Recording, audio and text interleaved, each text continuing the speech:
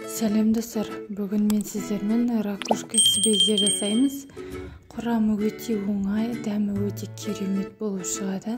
Бір жасағаннан дәмді болады. Алдымен каналға тіркеліп лайк баса кетіңіз. Алдымен жұмыртқамызды ағы мен сарысынан айырып аламыз.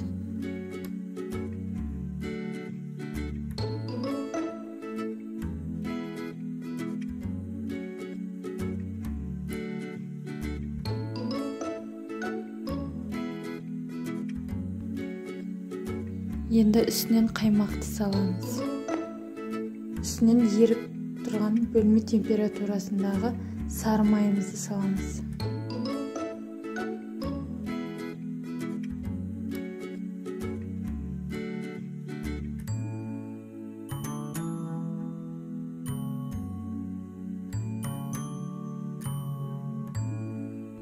Ұнымызға бір шай қасық разрыхителді қосып, жұмсақ қамыр илеп аламыз. Яғни видеодағыдай болуы керек.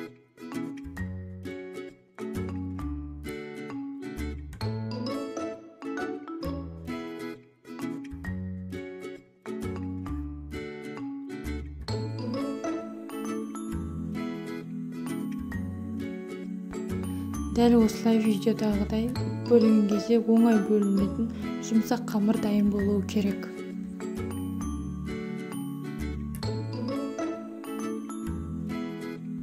Енді беземізді дайындаймыз. Безеге жаңағы жұмыртқаның ағына шым-шым тұзымызды қосып, өз қалпын ұстағанша араластырамыз. Оған үстінен қантты қосып жақсылап араластырамыз. Қантты бөліп саламыз.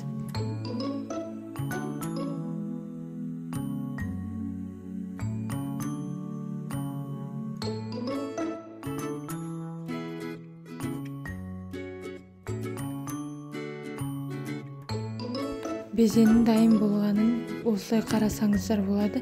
Яғни миксерді алғанда сол қалпында қатып қалу керек. Енді дайын болған беземіздің үстіне кукурузный крахмал қосамыз.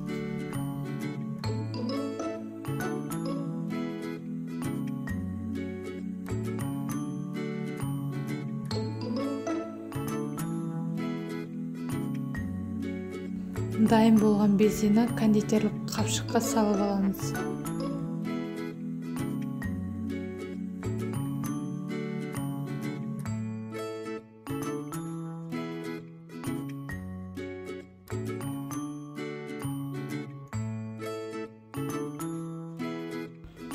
Мен тестаны 3 бөлікке бөліп алдым, өзіме ыңғайлы етіп.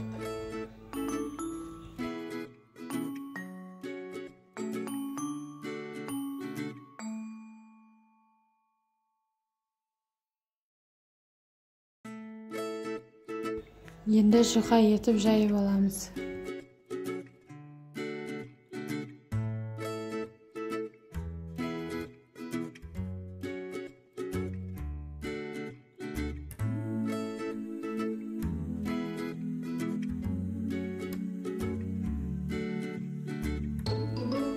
Дайын болған қамырымызды диаметрі 10 см болатындай шеңберді кесеміз. Енді беземізді салып шығамыз.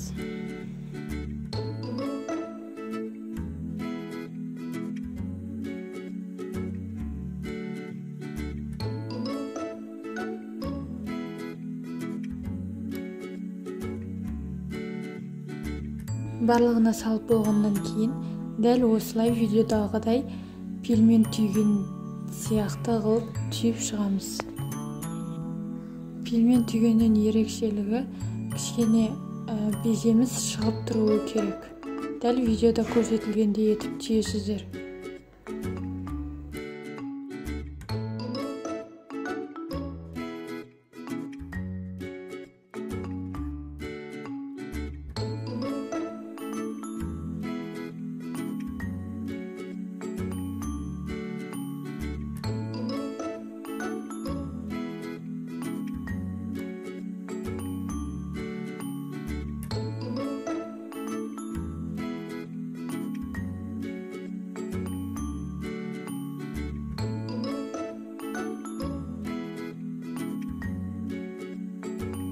Пешімізді алдын ала қыздырып қоямыз. 180 градусқа қыздырып қойыңыздар және табанымызға салып бір 20 минутқа қойып пісіріп аламыз.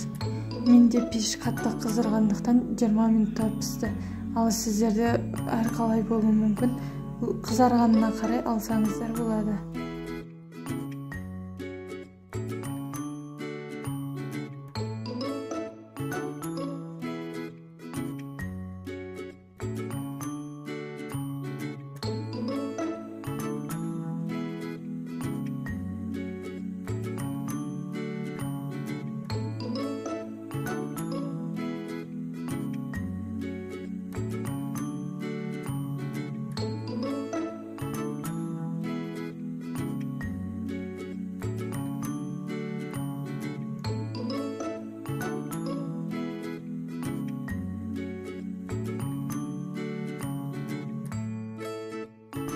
Осылай әдемі болып қызарып піседі. Дәмі өте керемет болады. Бір жасағаннан сәтті шығатын рецепт. Достар, сіздер де жасап көріңіздер, өте керемет болып шығады. Келген қонақтарыңыздың алдына ұялмай қоя аласыздар. Достар, каналға тіркеліп, лайк басып, комментарий қалдырыңыздар. Және де қоңырауша белгісін басып, менің әр салған видеоларымды қарасаңыздар болады.